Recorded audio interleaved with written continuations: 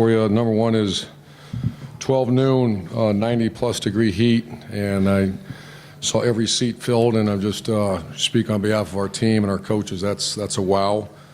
You know, most schools across the country, you play a game like this, and it's not like that. So I just want to be real clear, and, you know, just, man, oh, man, that's awesome to look up there. And I do.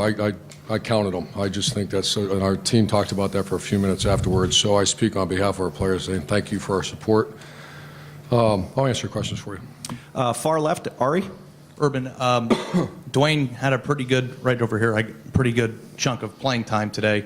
Was wondering, it seemed like he had some zip on his ball, looked pretty good, then he had that pick six. Can you just give an evaluation of how you thought he played overall?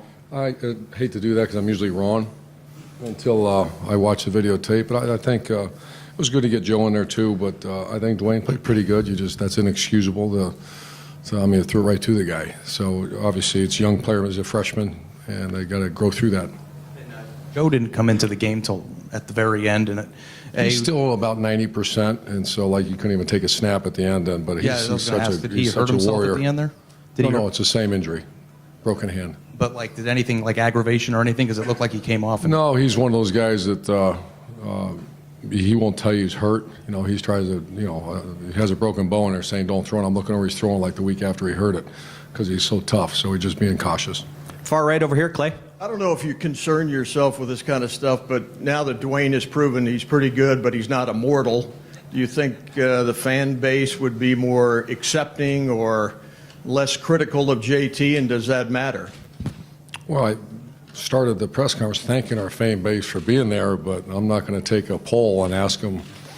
That's out of that, not being disrespectful to our fans, but yeah, quarterback's a tough position. He needs to continue working. I'm very, he doesn't throw that darn ball in the coverage like that.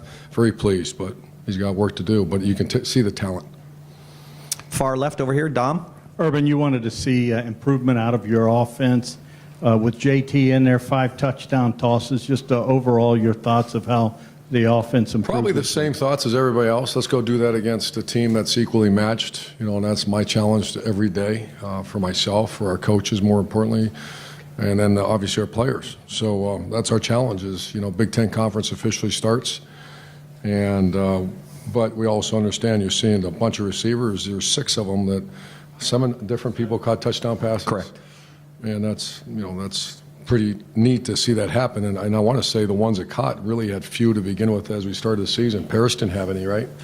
I think Terry McLaurin made a couple. Ben Victor maybe had 1. And so you're seeing some growth right now.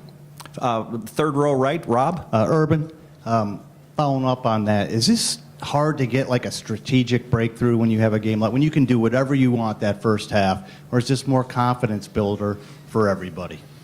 All the above. I think I'm very pleased with coming out with this is when coaching and we got to get them ready to go. But you imagine looking up there at the scoreboard and 17-14 in the second quarter, something like that. And that they still have to go out there and play very hard. And I thought they did. I was very pleased with the first team. They just no nonsense went out and played as hard as they possibly could.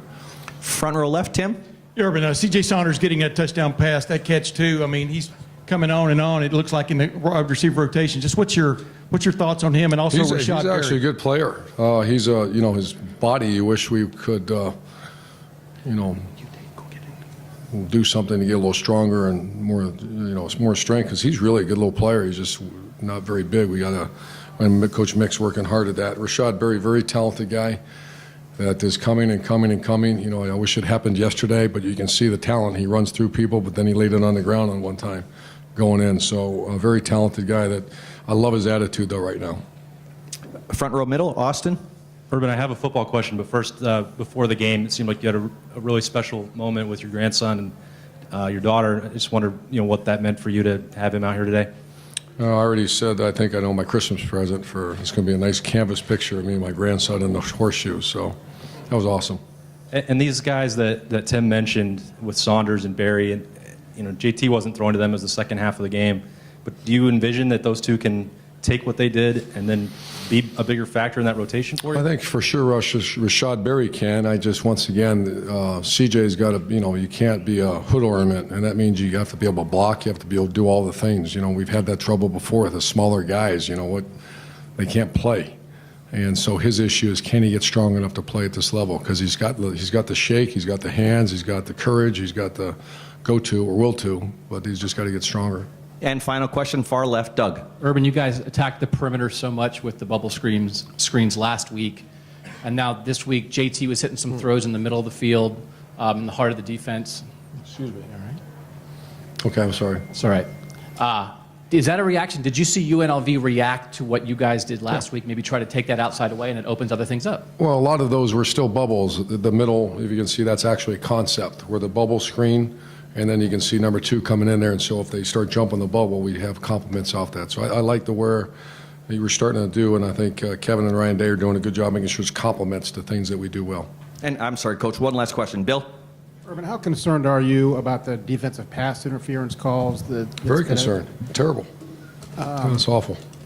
And also, just kind of a game like this, what's the greater significance of this? What do you take from this, good or bad, from this game? Fast start. We got some young players, the necessity to play in the front of 110,000 people, and I take a lot of positives out of it as you get ready for conference play. Great. Thank you. Thank you very much.